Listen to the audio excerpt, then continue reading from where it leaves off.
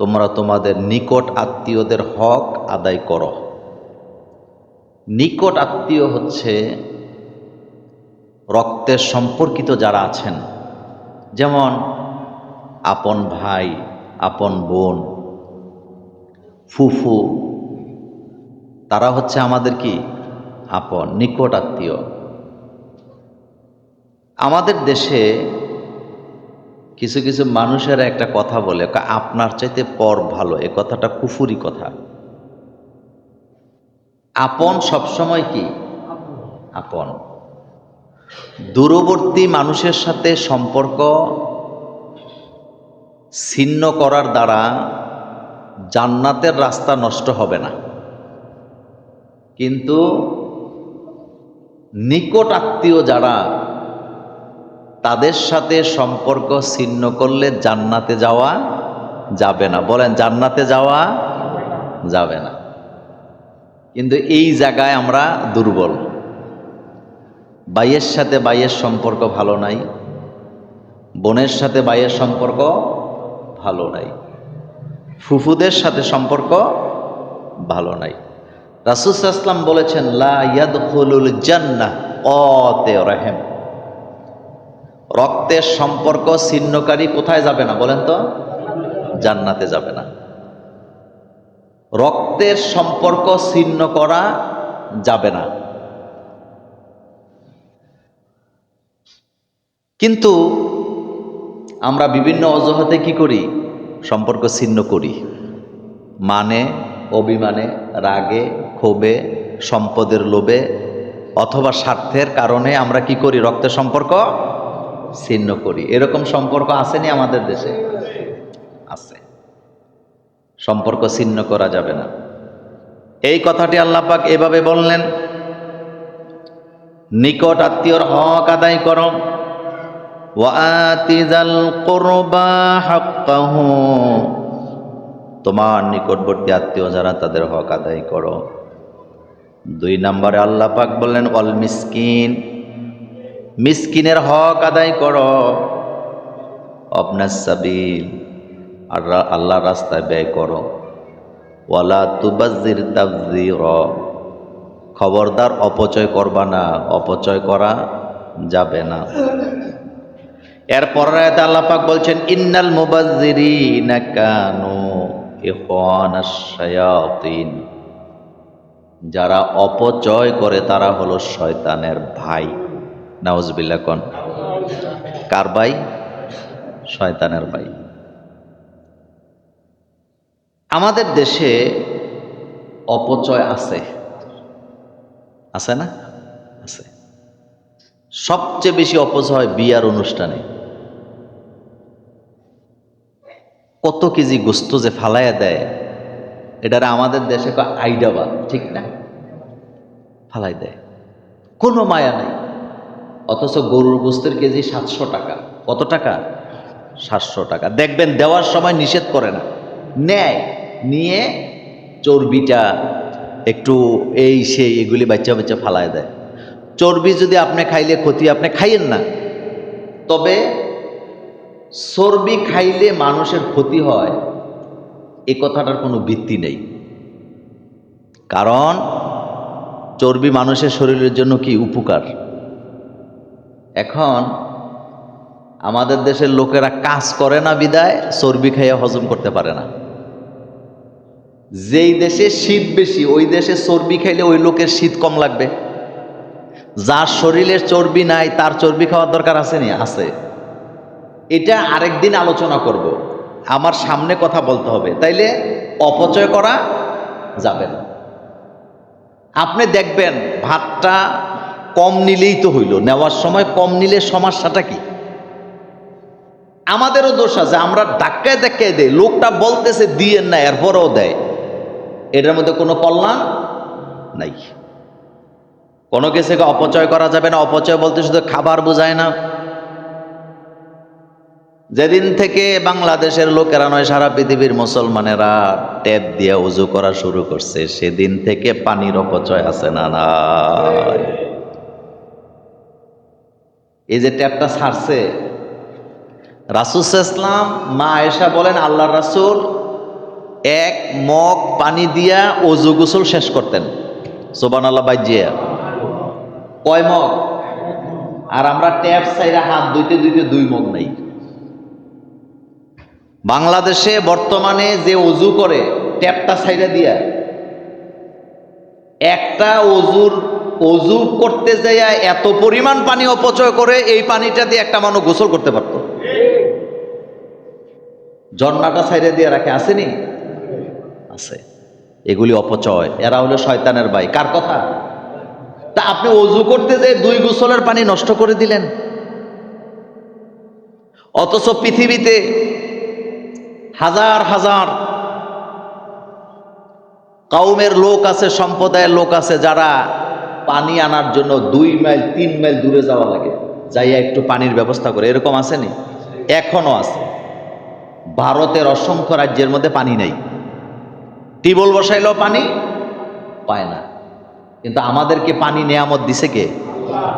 এই জন্য ট্যাপটা ছাইরা এমন ভাবে করে, পানিকে কি করে? অপচয় করে। খাইতে অপচয় করে, যেটা প্রয়োজন নাই, প্রয়োজনের বাহিরে করাটাই কি?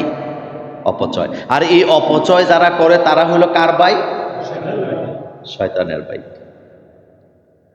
এরপরে আল্লাহ পাক বলছেন, ওয়ালা তাজআল ইয়াদাকা মাগলুলাতান ইলা উনুকিকা ওয়ালা তাবসুতহা। চমৎকার একটা কথা আল্লাহ বলেন। আল্লাহ পাক বলেন, তুমি তোমার হাতটাকে ছেড়েও দিও না, আবার গলার সাথেও লাগাই দিও না। এটার অর্থ হলো, এমন বেশি দান করো না যে তুমি একবারে গরিব হয়ে যাও, আবার এমনভাবে বখিল নিজেরে বানায়ও না যে গলার সাথে হাতটারে তোমার বাইন্দা রাখছ, 10 টাকাও দিতে চাও না। দেখছেন নি কি চমৎকার কথা বললেন আল্লাহ পাক। তুমি তোমার হাতটাকে গলার সাথে বেঁধেও দিও না, আবার একবারে ছেড়েও দিও না। তুমি দান করবা, সবটা দেওয়ার দরকার নেই। সুবহানাল্লাহ কোন? সবটা দেওয়ার, আবার বখিলও হইও না। যতটুকু দেওয়ার দরকার ততটুকু দিবা। সুবহানাল্লাহ। এ কথা কার? আল্লাহর। কি চমৎকার কথা আল্লাহ বললেন, বান্দারে তুই দান কর, তবে তোর কাছে যেন কিছু কি থাকে। এরপরে আল্লাহ পাক বলছেন, ওয়ালা তাকতুলু আওলাদাকুম খাশিয়াতা ইমলাক।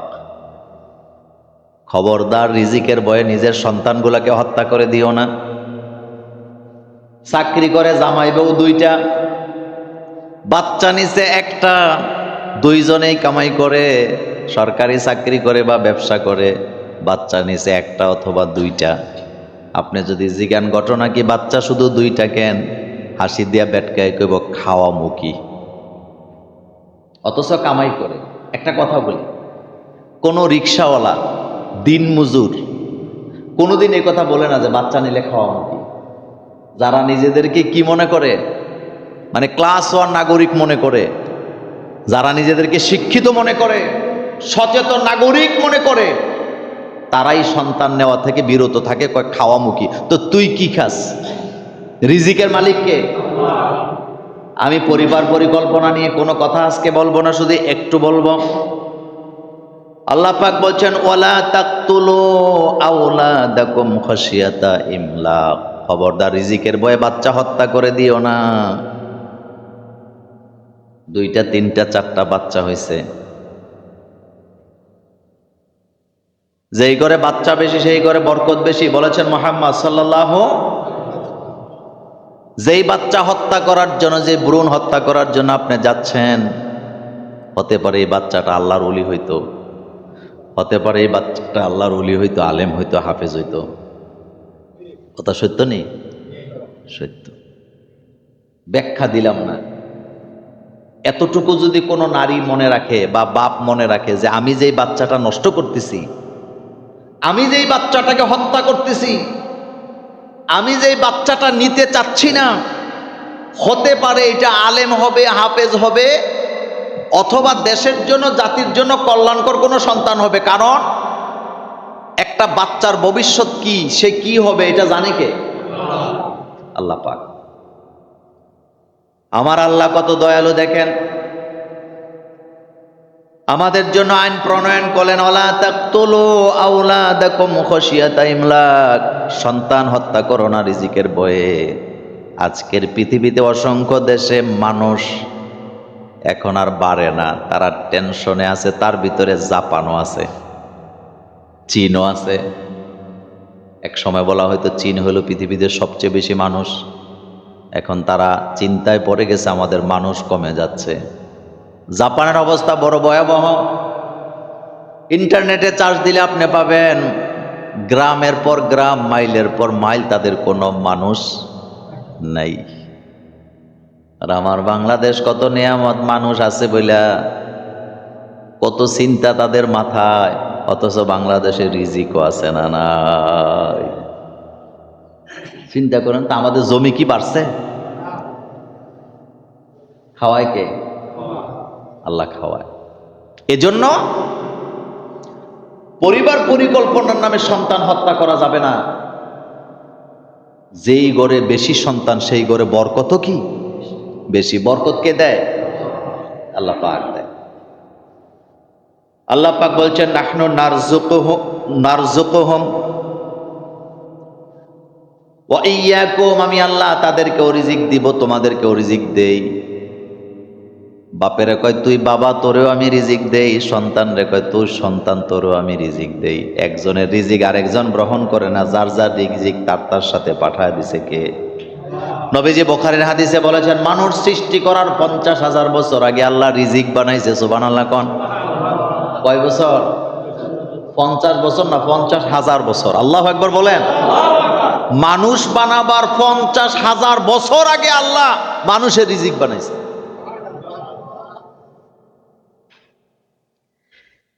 এরপরে আল্লাহ পাক কর্মসূচি দিছে, ওয়ালা তাকরাবুজ জিনা ইন্নাহু কানা ফাহিশাতাও ওয়া সাআ সাবিলা, খবরদার জিনার কাছেও যাবা না। জিনা কইরো না, আল্লাহ এটা বলেন। আল্লাহ পাক বলছে লা তাকরাবুজ জিনা, জিনার কাছে যাবা না।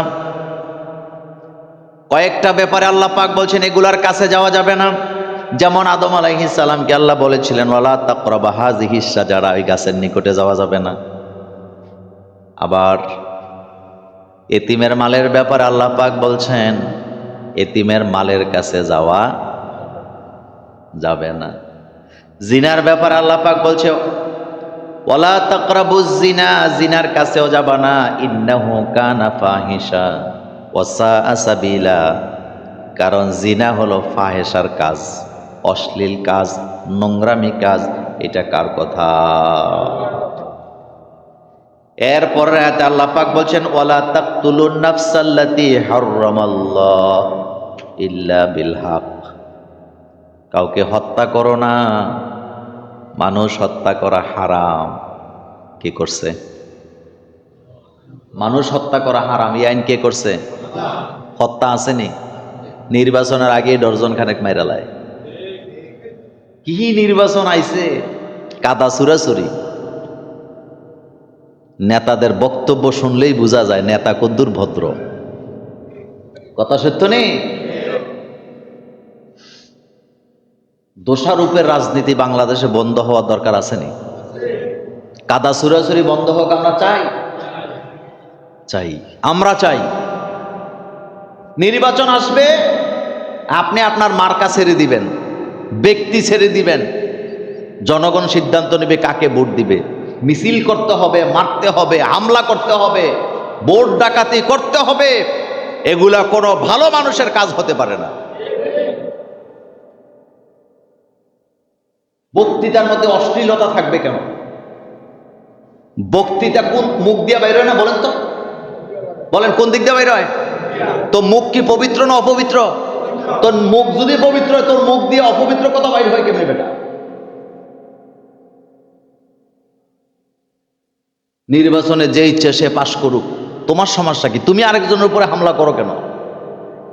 আর এগুলা যারা করে ম্যাক্সিমাম নেশাখোর। কোন নামাজি মানুষ এ কাজ করবে? সমাজের ভালো মানুষ এগুলা করবে? নেতা হচ্ছে জনগণের খাদেম, আর এখন হয়ে গেছে উল্টা, জনগণ হয়ে গেছে নেতার খাদেম। যার কারণে আমরা দেশে শান্তি নেই। কিসের দলাদলি, কিসের? আমি মনে করি টোটালি মিছিল মিটিং অফ। ব্যক্তি নির্বাচনে দাঁড়ায় আইসা বলবে আমি আপনাদের খাদেম, খেদমত করতে চাই।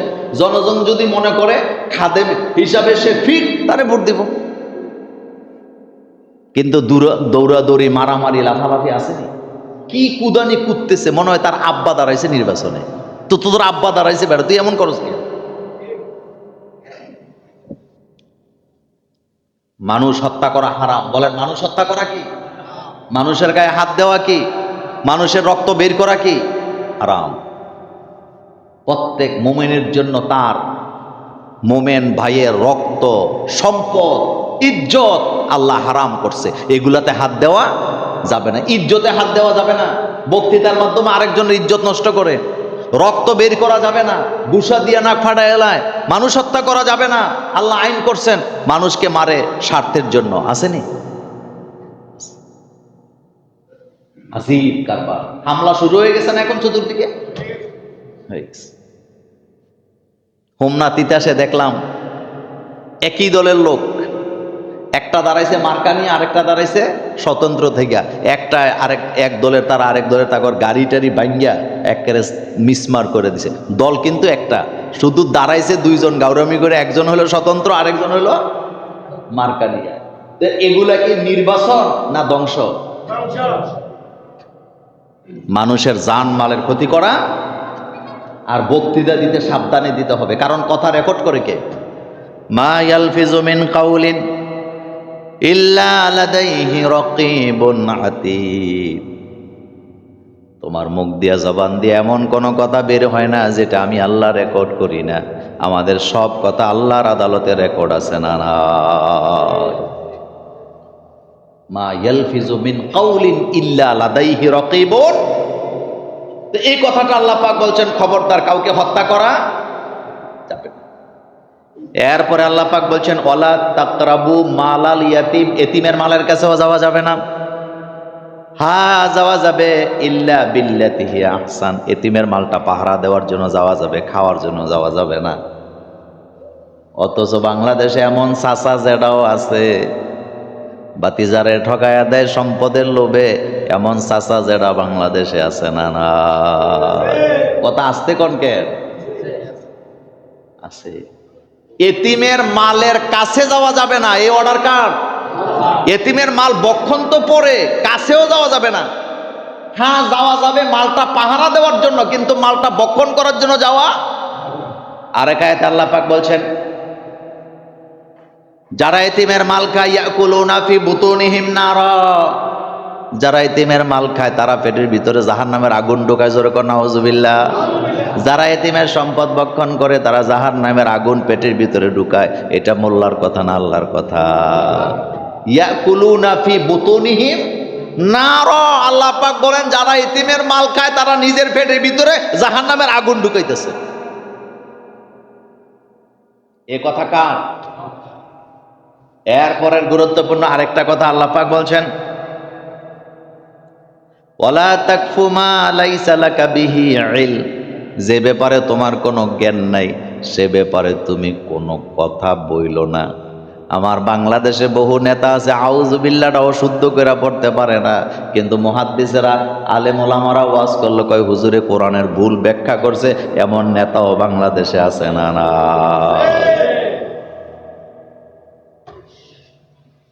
আসেনি? আলহামদু সূরাটা অর্থ করতে পারবে না, কোরআন পড়েই নাই, অথচ ভুল ধরতে আসে। এরকম আছে? আল্লাহ পাক বলছেন ওয়ালা তাকফু মা লাইসা লাকা বিহি ইলম। যেই ব্যাপারে তোমার কোনো জ্ঞান নাই সে ব্যাপারে তুমি কোনো কথা বলবা না। ইন্নাস সামআ ওয়াল বাসারা ওয়াল ফুআদা কুল্লু উলাইকা কানা আনহু মাসউলা। কারণ তুমি যা কিছু করো, যা কিছু বলো, তোমার কান, তোমার চোখ, সব কিছুর হিসাব কে নিবে? জোরে কর না, কে নিবে? আল্লাহ নিবে। আপনার পেট ব্যথা করে, দোকানে যায় শুধু বলবেন আজকে তো পেটটা ব্যথা করে, 14 জন ডাক্তার দাঁড়াইব, তবে এটা খাও, হেডা খাও, হেডা খাও। যদি কোন মাথা ব্যথা করে কেউ কেউ টাফনেল খাও, কেউ কেউ প্যারাসিটামল খাইলেই তো হয়, আবার কেউ কেউ নাপা খাও, আরেকজনে কেউ নাপা এক্সট্রা খাও। এমন ডাক্তার আমাদের ঘরে ঘরে আছে না নাই? অথচ একজনও ডাক্তারই করে নাই। আল্লাহ সাবধান করছে, যেই ব্যাপারে তোমার জ্ঞান নাই তুমি সেই ব্যাপারে কথা বলতে যাইও না, যেই ব্যাপারে তোমার অভিজ্ঞতা না সেই ব্যাপারে সর্দারি করা যাবে না। অথচ বিচার কেমনে করতে হয়, আসামি কিভাবে ধরতে হয়, কিভাবে আসামির কথা বাইর করতে হয় জানে না, কিন্তু সমাজে বিচার করে এমন সর্দারও আছে না নাই? বাংলাদেশে টাকা আছে যার, সর্দারি আছে তার। কথা কন না কেন? কথা সত্য নেই? টাকা থাকলে হেতে সর্দার। আর আমাদের দেশে কথা জোরে কইতারলে নেতা হয়ে যায়। মানে বেড়া হোক আর বেড়ি হোক, কথা যদি একটু জোরে বলতে পারে সে কি হয়ে যায়? নেতা। যে যত মিছা কথা বলতারে সে তত বড় নেতা, যে যেতে বসে চিল্লাইতারে সে তত বড় নেতা। এত সোজা, এত সোজা না। প্রত্যেকটা জিনিসের হিসাব কে নিবেন? এই জন্য আল্লাহ পাক বলছেন, লা তাকফু মা লাইসা লাকা বিহি ইলম, যে ব্যাপারে তোমার কোনো জ্ঞান নাই সে ব্যাপারে তুমি দায়িত্ব নিও না, কথাও বইল না। আমি মোল্লা নাজিম তো বাস চালাইতে পারি না। আপনারা যদি কন মোল্লা ভাই আপনি তো ওয়াজ বালাই পারেন, একটু বাস চালান, আমরা বইলাম পেছনে, বাঁচবেন না মরবেন? গাড়ি কই পাওয়া যাব? খালে খালে। কারণ আমি বাস চালাইতে জানি না। যে যেটা জানে না এই দায়িত্ব নিতে নিষেধ করছে কে? ডাইরেক্ট আল্লাহ। ওয়ালা তাকফু মা লাইসা লাকা বিহি ইলম, যেই ব্যাপারে তোমার কোনো জ্ঞান নাই সে ব্যাপারে তুমি কি করো না? দায়িত্ব নিও না, কথা বইলো না, তুমি চুপ থাকো, তুমি দেখো কি হচ্ছে। আল্লাহ পাক যেন আমাদেরকে অন্তত জবানটা যেন ঠিক রাখার তৌফিক দান করেন। আমরা যেন কারো ব্যাপারে আন্দাজি মন্তব্য না করি।